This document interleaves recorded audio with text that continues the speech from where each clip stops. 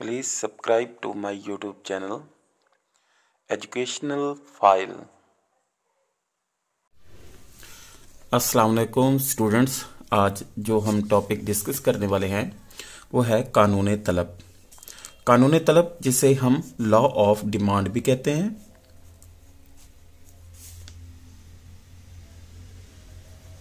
इसमें सबसे पहले हम डेफिनेशन देख लेते हैं।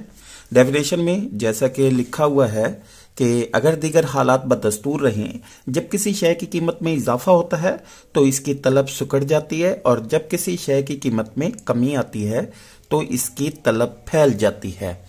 सबसे पहले तो हमने इसकी डेफिनेशन देखी है कि जब कीमत में इजाफा होता है तो तलब सिकुड़ जाती है, और जब किसी शय की कीमत में कमी आती है तलब फैल जाती है। और हम अपनी रोजमर्रा जिंदगी में भी ये देखते हैं कि जब किसी शय की कीमत बहुत ज्यादा होती है तो हम उसकी बहुत कम मिकदार खरीदते हैं, यानी कि तलब का ताल्लुक सारिफ के साथ है। ये आप बात जहन नशीन कर लें।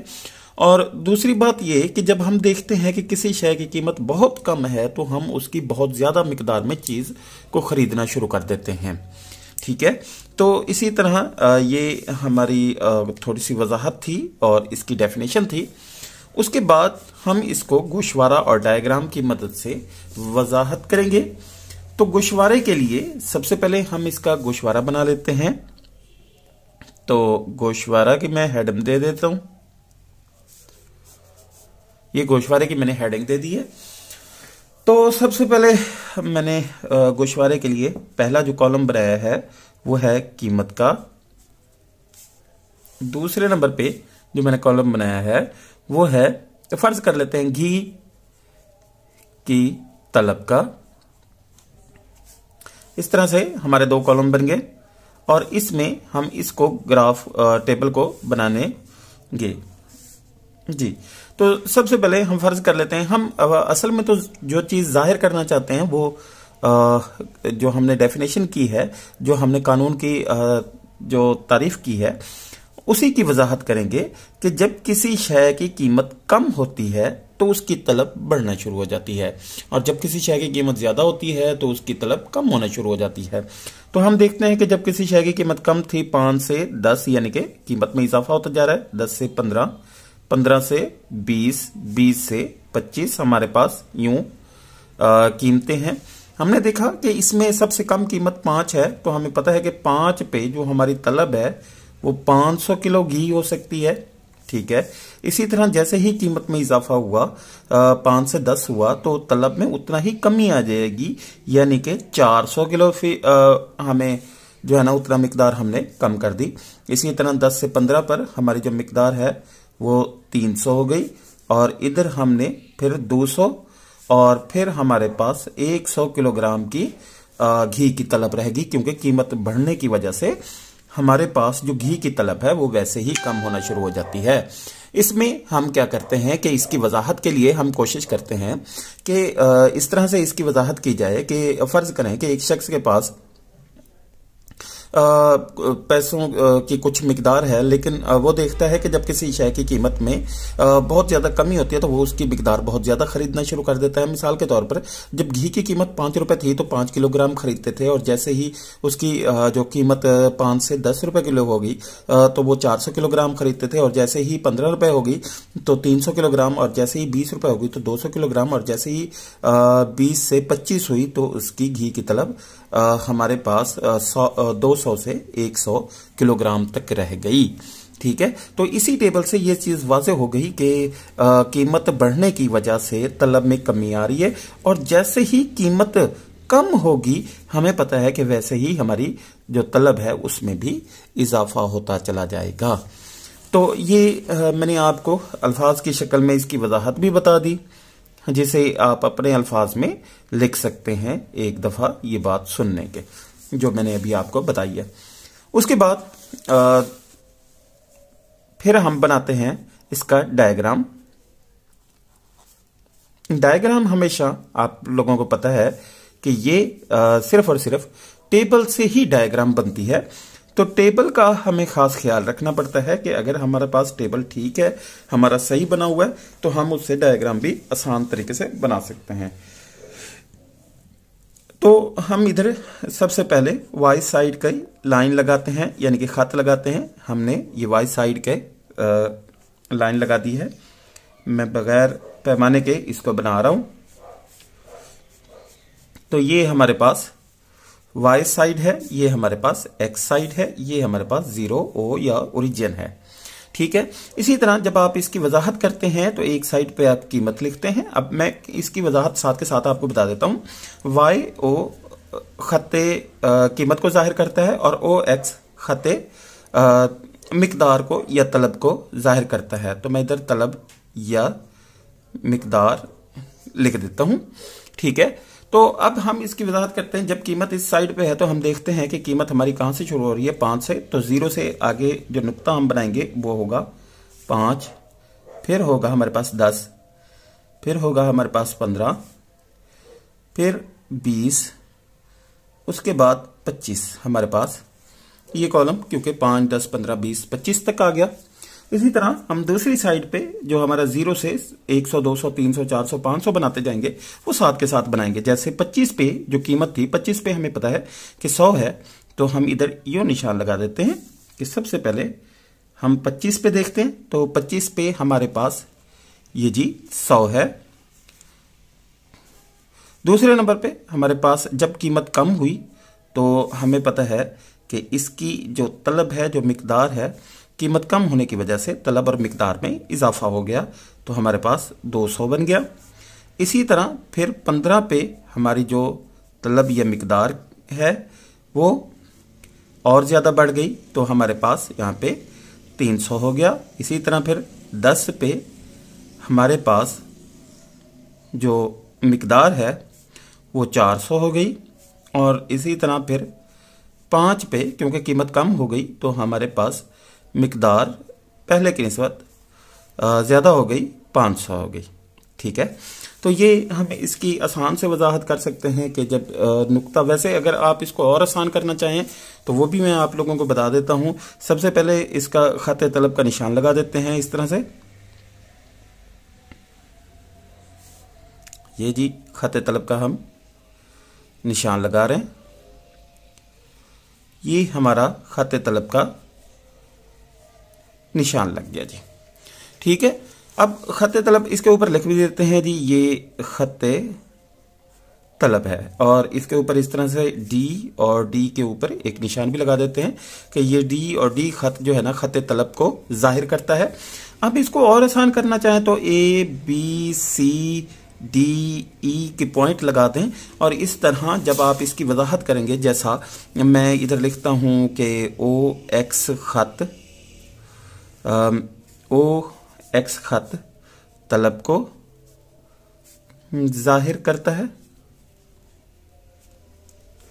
जबकि ओ वाई खत कीमत को जाहिर करता है।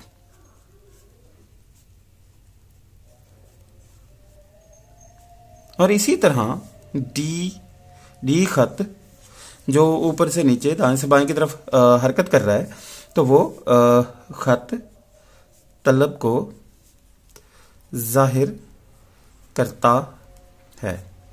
अब इधर भी तलब है, इधर भी तलब लिखा हुआ है, तो बजाय इसके कि ओ एक्स जो हमने इधर तलब या मिकदार लिखा है, तो उसके बजाय हम तलब की जगह मिकदार लिख दें ताकि कंफ्यूजन ना हो एग्जामिनर को। तो इस तरह इसकी वजाहत करना चाहें फिर आप यहाँ पे लिख सकते हैं नुक्ता ए पर। ठीक है। नुक्ता ए पर कीमत 25 थी जबकि मिकदार 10 थी, 100 थी। जैसे ही नुक्ता ए से बी पर पहुंचे तो हमारी पास कीमत 25 से 20 हो गई और मिकदार 100 से 200 हो गई। और इसी तरह ये मुकम्मल कर्व खते तलब को जाहिर करता है। तो ये आप लोगों को एक बताने के लिए था कि इसकी वजाहत इस तरह से हो सकती है। उसके बाद नेक्स्ट हमारे पास जो ऑप्शन है वो है इसके मफरूजात क्या हैं। तो मफरूजात हम इसको देख लेते हैं। सबसे पहला जो हमारे पास मफरूजा है, मफरूजात मतलब कुछ चीजें फर्ज कर ली जाती हैं। फर्ज क्या कर ली जाती हैं कि जी कानून बनाते वक्त कुछ चीजों को हम फर्ज कर लेते हैं कि उनमें कोई तब्दीली वाकई नहीं होगी या वो वैसी की वैसी ही रहेंगी। जैसे वो कहता है सारिफ की आमदनी तब्दील ना हो, क्योंकि हमें पता है कि कानून को सही साबित करने के लिए हम ये फर्ज कर लेते हैं कि सारिफ की आमदनी तब्दील नहीं होगी। जैसे ही सारिफ की आमदनी ज्यादा होगी तो अगर किसी शय की कीमत कम है या ज्यादा है वो उसे और ज्यादा खरीदेगा। अगर पहले की निस्बत उसकी आमदनी कम हो गई तो वो चाहे उसकी कीमत कम भी हो तो उसे नहीं खरीद सकता। इसलिए ये फर्ज कर लिया जाता है कि इसकी आमदनी में कोई तब्दीली नहीं आएगी। सारिफ की पसंद, आदत, रस्म रिवाज में कोई तब्दीली ना हो। अगर एक चीज जो वो हासिल करता है वो रस्म रिवाज में शामिल है, वो पसंद में शामिल है, और जैसे ही रस्म रिवाज या पसंद खत्म होती है तो उसकी तलब भी खत्म हो जाती है कीमत की तब्दीली के बगैर। तो इसलिए इस पे भी हमें ये चीज फर्ज कर ली जाती है कि सारिफ की पसंद में कोई तब्दीली नहीं होगी। इसी तरह फिर है हमारे पास सारिफ की तादाद में कोई तब्दीली ना आए। जितनी तादाद पहले चीजों को हासिल कर रही थी उतनी ही बाद में भी हासिल करे, यानी कि पहले जितनी तलब थी अब भी उतना ही तलब हो, क्योंकि सारिफ की तादाद तब्दील होने से तलब में भी फर्क पड़ता है। मुतबादिल अशिया की कीमतें तब्दील ना हो। जैसे गंदम का आटा है, गंदम के आटे की कीमत में तब्दीली की वजह से मकई के आटे पे असर पड़ता है, या मकई के आटे की कीमत में तब्दीली की वजह से हम किसी और चीज को हासिल करना शुरू कर देते हैं, या चावलों की कीमत तब्दील होने से गंदम पे असर पड़ता है। तो इस तरह की अगर किसी दूसरी मुतबादिल अशिया की कीमत पे तब्दीली होगी तो हम एक चीज को छोड़कर दूसरे को हासिल करेंगे। इस तरह तलब में बहुत ज्यादा फर्क आ जाएगा। तो हमें चाहिए कि हम इस चीज को फर्ज कर लें कि मुतबादिल अशिया की कीमतें तब्दील नहीं होगी। ज़र की बैरूनी कदर तब्दील ना होगी। ज़र की बैरूनी कदर तब्दील होने से बाज़ औक़ात अशिया की हमें बहुत ज़्यादा कीमत अदा करनी पड़ जाती है। हमें पता है कि जब हमारी ज़र की कदर में कमी आती है तो हम जिस चीज़ को ख़रीदते हैं जब हम खसारे की सरमायाकारी या हम तखफीफ ज़र का अमल करते हैं, यानी कि ज़र की बैरूनी कदर में कमी लाते हैं, तो हमें पता है कि हम उस किसी शय को ख़रीदने में उसकी और बहुत ज़्यादा कीमत अदा करते हैं। और एक सारिफ को पता होता है कि जैसे ही ये तखफीफ ज़र के बाद जो पॉलिसी अपनाई गई है, इसके बाद फिर ज़र की तमाम अशिया की कीमतों में मुसलसल इजाफा होगा। उसके बाद शय का नेमुल बदल दरियाफ्त ना हो। जब किसी शय का नेमुल बदल दरियाफ्त हो जाता है तो हम जितनी मिकदार पहले इस्तेमाल करते हैं फिर उससे कहीं ज्यादा हम इस्तेमाल करना शुरू कर देते हैं। इसलिए फर्ज कर लिया जाता है कि इसकी तादाद में कोई तब्दीली नहीं आएगी। उसके बाद 8वें नंबर पे है शय को इम्तियाजी निशान के तौर पर न लिया जाए। सिर्फ हम दिखावे के लिए चीजें खरीदी ना की जाए, बल्कि जरूरत के तहत खरीदी जाए। जो चीज हम इम्तियाजी निशान के तौर पर इस्तेमाल करते हैं, दिखावे के लिए इस्तेमाल करते हैं, तो उसके लिए हम हद से ज्यादा पैसे अदा करने को तैयार होते हैं। उसके बाद कानून तलब की मुस्तशनियात है। इसे मुस्तशनियात, इसे लिमिटेशंस, इसे हदबंदियां भी कहते हैं, यानी कि कानून इन जो चीज़ों पे इतलाक नहीं होता। गिफन अशिया, ये एक बरतानिया के मुआशतदान थे रॉबर्ट गिफन, जिन्होंने सबसे पहले ऐसी अशिया की निशानदही की जिनकी कीमतें कम होने पे उनकी तलब पे कोई असर नहीं पड़ता, और ना ही अगर कीमत उनकी ज्यादा भी हो जाए तो उसकी तलब पे कोई असर नहीं पड़ता। जैसे मिसाल के तौर पर अगर गंदम के मुकाबले में मकई का जो आटा है, अगर उसकी कीमत कम हो जाए तो लोग मकई के आटे को छोड़कर गंदम पे तरजीह देना शुरू कर देते हैं, यानी कि मकई के आटे पे ज्यादा पैसे खर्च करने की बजाय जितने पैसे उनके बच जाते हैं वो फिर गंदम पे लगाना शुरू कर देते हैं। इसलिए बहुत सी अशिया ऐसी होती हैं जिनकी कीमत कम होने से लोग उसको ज्यादा नहीं खरीदते, बल्कि उसको छोड़कर कि कोई मुतबादिल अच्छी अशिया को तलाश करते हैं। निहायत कीमती अशिया पे लागू नहीं होता। नायाब अशिया, कीमती जवाहरात, हीरे, इन पे इतलाक नहीं होता। नागहानी आफात या हंगामी हालात में ये कानून लागू नहीं होता, क्योंकि नागहानी हालात में कीमत को मद्देनजर नहीं रखा जाता। लाइल्मी लापरवाही में बाज़ों का सारिफ बहुत ज्यादा जो है ना वो अपना सरमाया खर्च कर देता है, अपना सर्फ करना शुरू कर देते हैं। तो ऐसी चीजों को खरीदते हुए इल्मी या लापरवाही से जो अमल लिया जाता है, इसमें भी कानून लागू नहीं होता। उम्मीद है कि आज का लेक्चर आपको समझ आ गया होगा। तो इंशाल्लाह नेक्स्ट लेक्चर फिर। अल्लाह हाफिज।